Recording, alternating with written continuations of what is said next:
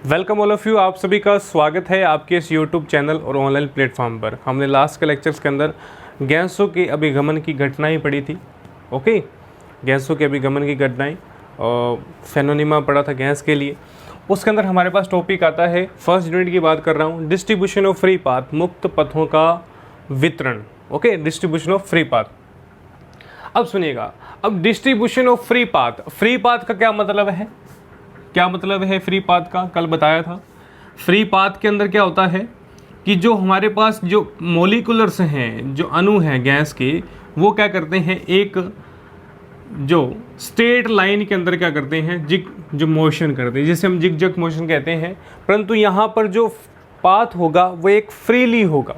Okay, अब free path की कर रहे हैं तो फ्री पाथ का मतलब डिस्ट्रीब्यूशन, किस तरीके से उसको क्या किया जाता है, वहाँ पर डिस्ट्रीब्यूशन किया जाता है। तो हम यहाँ पर n मॉलिक्यूल्स लेते हैं जो किसी बिना टकराए हुए, अब देखिए बिना कोलिजन लेना है आपने जो भी, अब n अणु लेने हैं जो किसी न किसी अणु से बिना टकराए। कहने का मतलब हमें ये पार्ट्स लेना है।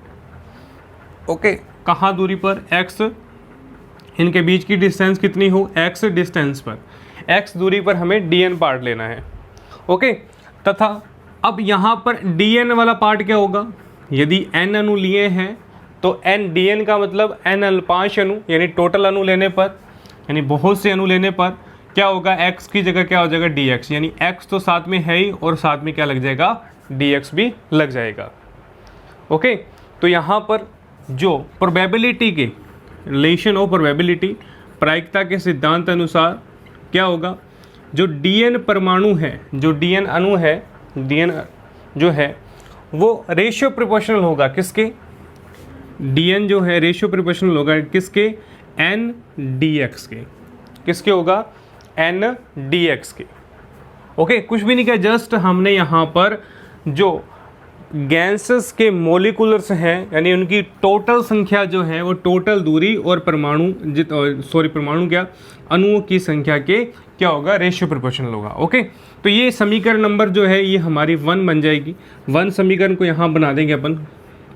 अब देखिए, अब समानुपाती का यानी रेशियो प्रोपोर्शनल वाला जो साइन है उसको खोलेंगे तो यहाँ पे एक कांस्टेंट आएगा -pc का, तो n dx, तो समीकरण नंबर फर्स्ट बन जाएगी।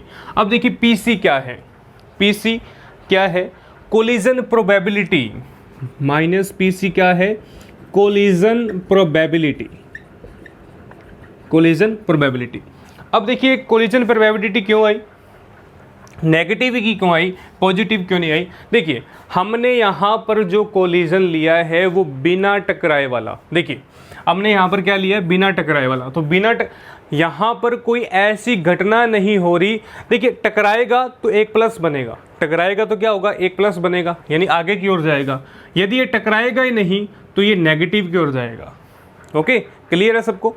वो कह रहे हैं कि यदि ये टकराएगा तो टकराने पर क्या होगा, ये आगे से आगे चेन चलती जाएगी। यदि ये टकराएगा ही नहीं तो हमारे पास जो रिलेशन होगा वो घटते हुए क्या होगा, प्रतीत होता। तो इसलिए हमने यहाँ पर -pc जो है वो कोलिजन प्रोबेबिलिटी को शो किया है। ओके, चलिए अब इस रिलेशन से क्या करेंगे अपन, dn जो है इसके अपोन के अंदर n ले आओ।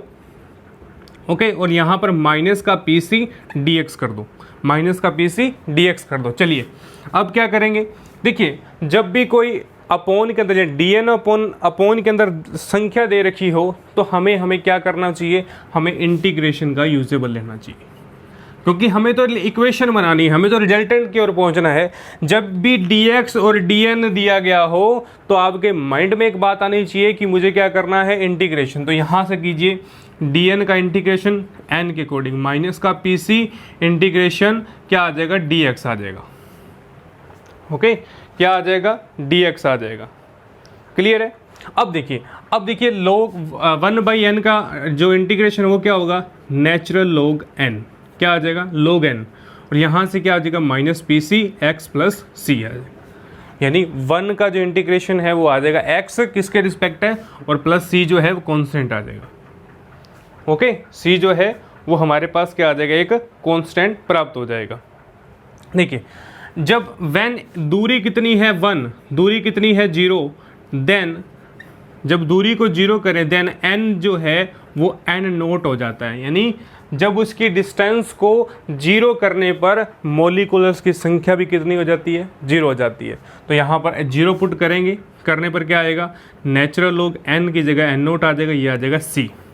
ओके, और c की वैल्यू यहाँ रखेंगे, क्या आएगा, natural log n minus P C X plus क्या आ जाएगा, नेचुरल लॉग n नोट 0, या लॉग लिख दीजिए। अब इसको इसके अंदर लेके आएंगे, नेचुरल लॉग n माइनस का लॉग n नोट माइनस का पी सी एक्स, तो ये अपॉन के अंदर आ जाएगा लॉग a माइनस बी क्या होगा, natural log n upon n note, और यहाँ क्या आ जाएगा, माइनस का पी सी एक्स। समीकरण नंबर 2, समीकरण नंबर 2 यहाँ से क्या होगी, हमारे पास प्राप्त होगी। ओके, समीकरण 2 यहाँ से प्राप्त होगी। और यदि आप लॉग को ख़त्म करना चाहते हो, लॉग को ख़त्म करेंगे तो क्या आएगा, natural log n upon n note क्या आ जाएगा, माइनस का पी सी एक्स, और लॉग ख़त्म करते ही n अपॉन n नोट, इसको e की पावर में ले जाओ। ओके, और n क्या आ जाएगा, n नोट e की minus P C X. This is a equation of, किसकी इक्वेशन आई, नंबर ऑफ पार्टिकल्स, यानी कितने पार्टिकल्स जो हैं एक सीरीज के अंदर जा रहे हैं और उसका क्या है डिस्ट्रीब्यूशन किस तरीके से हमारे पास होता है। तो ये हमारे पास एक डिस्ट्रीब्यूशन की जो है वो संख्या को व्यक्त करते हैं। ओके, अब देखिए, अब n अपॉन n नोट जो है इसको हम p से लिख सकते हैं। p क्या है, प्रोबेबिलिटी, इसको एक बार p से भी लिखा जा सकता है। ओके, चलिए, तो ये बात हमें डिस्ट्रीब्यूशन की आ गई। अब देखिए सिंपल सी बात सुनिएगा आप, कल हमने लैम्डा के बारे में डिस्कस किया था, दूरी के बारे में डिस्कस किया था। लैम्डा क्या था, म्यू टी अपॉन एन, क्या था, म्यू टी अपॉन एन। जो लैम्डा की वैल्यू थी वो हमारे पास म्यू टी अपॉन एन थी। अब देखिए, अब हमारे पास एन की जगह क्या है, एन नोट है, तो लैम्डा की जगह क्या आ जाएगा, एन की जगह एन नोट। अब समीशन एक्स डिस्टेंस है हमारी, समीशन एक्स क्या है, डिस्टेंस। समीशन क्यों लगाया, क्योंकि कुल दूरियों का जो हमारे पास समीशन है, कुल दूरियों का जो मिश्रण है वो हमारे पास एक्स है, और टोटल हमारे पास पार्टिकल कितने हैं, dn, और यहाँ कितने थे, v और t का मल्टीप्लाई। तो ये हमारे पास क्या आ जाएगा, लैम्डा का फॉर्मूला, क्या आ जाएगा, लैम्डा का फॉर्मूला। चलिए अब क्या करेंगे, अब मेरे पास यहाँ n की जगह क्या है, यहाँ n नोट है, sorry n note. Okay, n की जगह क्या है, n नोट है। अब देखिए, अब बिल्कुल सिंपल सी बात सुनिए, dn की वैल्यू मेरे पास है, देखिए आप dn की वैल्यू है मेरे पास, बिल्कुल है dn की वैल्यू, और x की वैल्यू है, x की वैल्यू बिल्कुल भी नहीं है हमारे पास, n नोट है, n naught as it is रहेगा। तो लैम्डा का फॉर्मूला किस तरीके से बन जाएगा, लैम्डा का जो फॉर्मुलेशन है वो किस तरीके से हमारे पास तैयार हो जाएगा।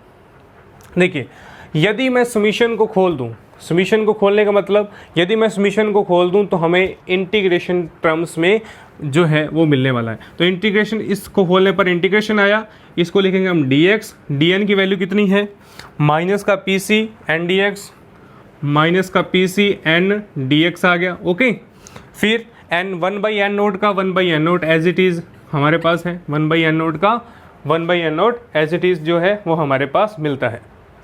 ओके, और ये हमारे पास आ गया। अब देखिए, अब हमारे पास n है, तो n की जगह क्या लिख देंगे, समीकरण a की वैल्यू रखेंगे, तो लैम्डा क्या आ जाएगा, माइनस का प्लस का n नोट, यहाँ n नोट आ जाएगा, e की power minus P C X आ जाएगा, यहाँ पी सी आ जाएगा, डी एक्स आ जाएगा, n नोट से n नोट कैंसिल, क्या आ जाएगा, e की minus P C X, P C D X. तो पी सी जो है वो कांस्टेंट है, बाहर लिख दो, डी एक्स आ जाएगा। तो इसका इंटीग्रेशन कितना हो गया, पी सी जो है वो 1/पी की स्क्वायर के इक्वल हो जाएगा, और ये आ जाएगा लैम्डा।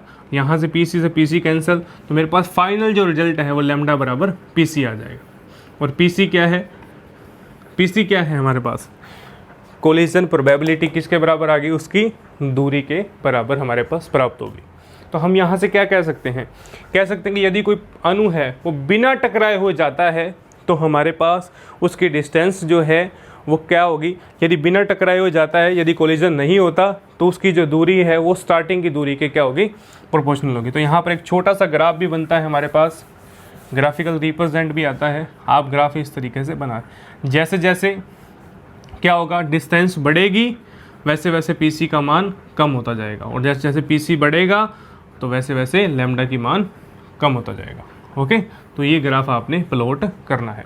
तो बड़ा सिंपल सा टॉपिक था, distribution of free path, exam में पूछा जाता है, और इस टॉपिक से को करके हम आने वाले जो 2-3 डेरिवेशन करने वाले हैं वो भी हम कंप्लीट करने वाले हैं। ओके, तो आज की क्लास के अंदर सिर्फ इतना ही। आप इसलिए इस वीडियो को पूरा देखिएगा और आने वाली क्लासेस जो हैं वो लगातार रहेंगी आपके चैनल पर। आप बिल्कुल भी चिंता न करें, बिल्कुल भी चिंता नहीं करनी। आप अपनी तैयारी को जारी रखें, आप अपनी स्टडी को कंटिन्यू रखें।